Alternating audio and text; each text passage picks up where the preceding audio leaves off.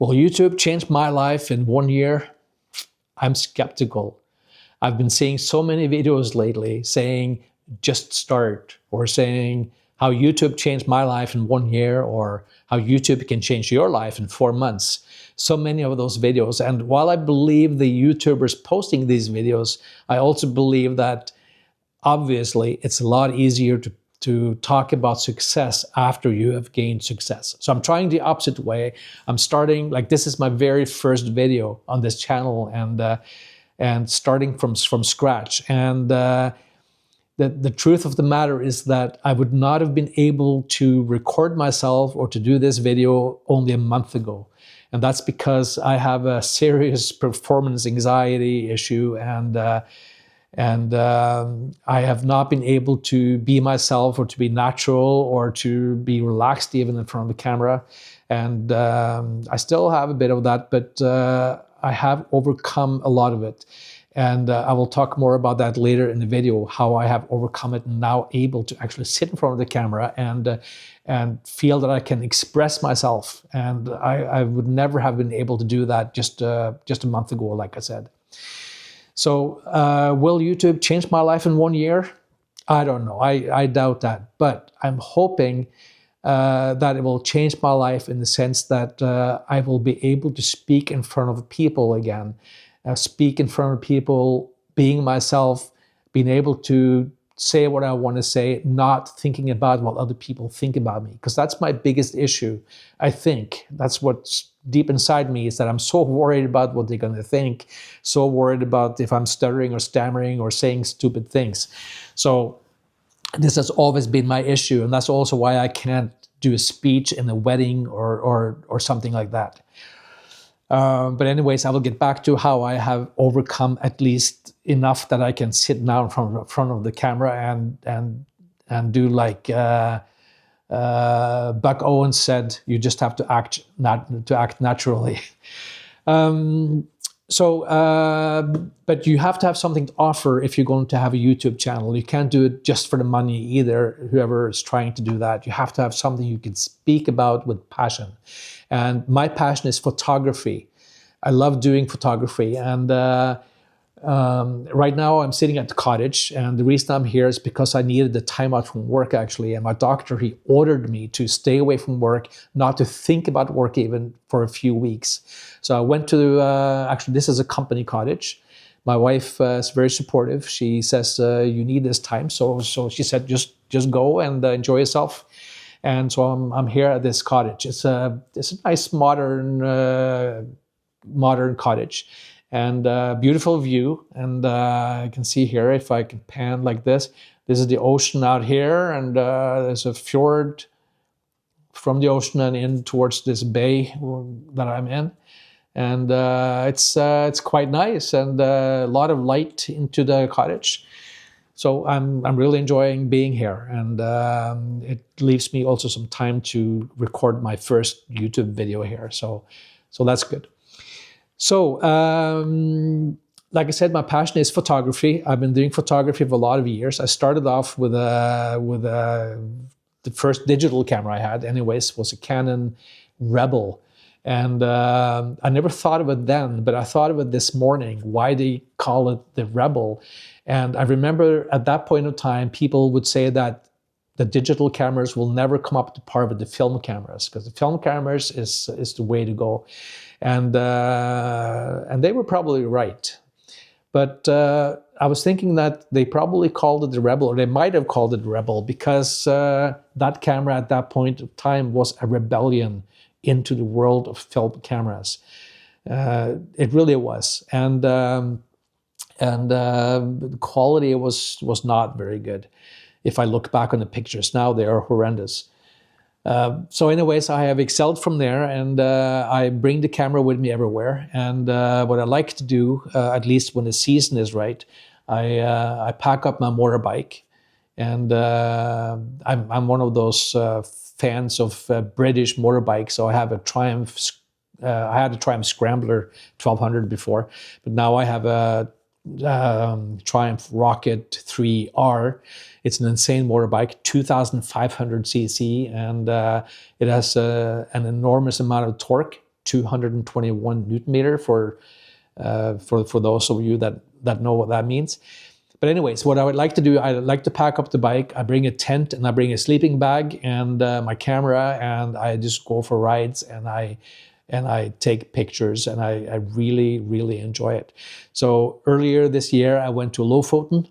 You might have heard about Lofoten from other YouTubers. I had my camera there at that point in time. I had the Leica M11, and which is way overpriced because the quality is not really that much greater than any other camera, and it doesn't have any autofocus. It's a very, very manual, and no IBIS or anything like that. But anyways, I snapped a few pictures in Lofoten, and before I went, an office in Singapore owned by a Norwegian company, they asked me if I could take a picture of a fjord or mountains or something like that. So I took this panoramic picture with a full frame sensor stacked up with 9 images. So it was like a super high resolution image of probably Lofoten's most photographed spot, which are these red sea houses type of thing. With a nice backdrop of the mountains. And I sent them that image. And then after a month or so, they sent me back an image showing that they had actually covered the entire wall inside this meeting room with my photo. So I'm kind of proud of that. And but anyways, and then a couple of years ago, I took a ferry. Then I had this Triumph Scrambler 1200. I took a ferry from Denmark to Iceland with my motorbike. We stopped in the Faroe Islands on the way, and ended up in Iceland. And with a tent and a sleeping bag and my motorbike, I rode around there, around the entire island, and also a little bit inland, and snapped a bunch of pictures, and really enjoyed it. I just wish I did the YouTube stuff then, because I would have had so much to show. But again, there are so many photographers. I think pretty much every sort of famous YouTube photographer have some episodes or some YouTube videos from Iceland, and also some of them also from Lofoten and from the Faroe Islands. And there are these spots that the photographers keep going back to. But I think personally, Norway is nicer to photograph because we have a bit of Iceland as well in the north. It's very barren landscape, and you find a lot of the same landscape. Of course, it's not volcanic like it is in Iceland, because that's very unique. But we have trees, we have more colors, and I just really enjoy doing photography in Norway. So that's what I will do on this channel. I will bring my camera, and right now I have a Hasselblad X2D2, and I have a couple of lenses. But anyways, I'm not going to talk about camera equipment so much. So let's get back to the performance anxiety thing and how I have overcome it. A month ago, I could never have done this. I have tried so many times. I tried to record myself. I picked up a camera, I pushed the record button, and I totally choke up, and I get all formal, and I can't remember what I'm supposed to say, and it's just a terrible feeling, and I get nervous. That's the worst of it, and then I don't breathe right. And it has been very, very difficult. And that's the same kind of feeling I've been getting at work, and pretty much my whole work life. I have had difficulties speaking in front of a lot of people. I get so nervous, and it's not like if I'd only been nervous, that's something you can just put up with. You just go on there, you just suck it up, and you're nervous and you speak. But I have had it a different way. Like I would get like a panic attack or panic anxiety, whatever you would call it. Kind of like feels like you're going to die. Your pulse is going way up in the roof. You stop breathing, and you feel dizzy, and it's like you're going to just fall over, and you get that fight or flight feeling that you feel like you're just going to run away from everything, right? So it's not an easy thing, and people that haven't experienced it probably can't even imagine what it feels like. Because it's really terrible. It's like someone is just pulling down a curtain in front of you, and you might as well get a blackout.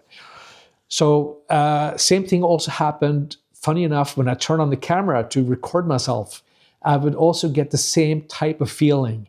And it's really weird because the camera is just like a dead thing, but I really feel like I'm speaking to a lot of people, although this is my first video, so I'm probably speaking to no one, and no one may even see this video, which probably helps me being able to make it.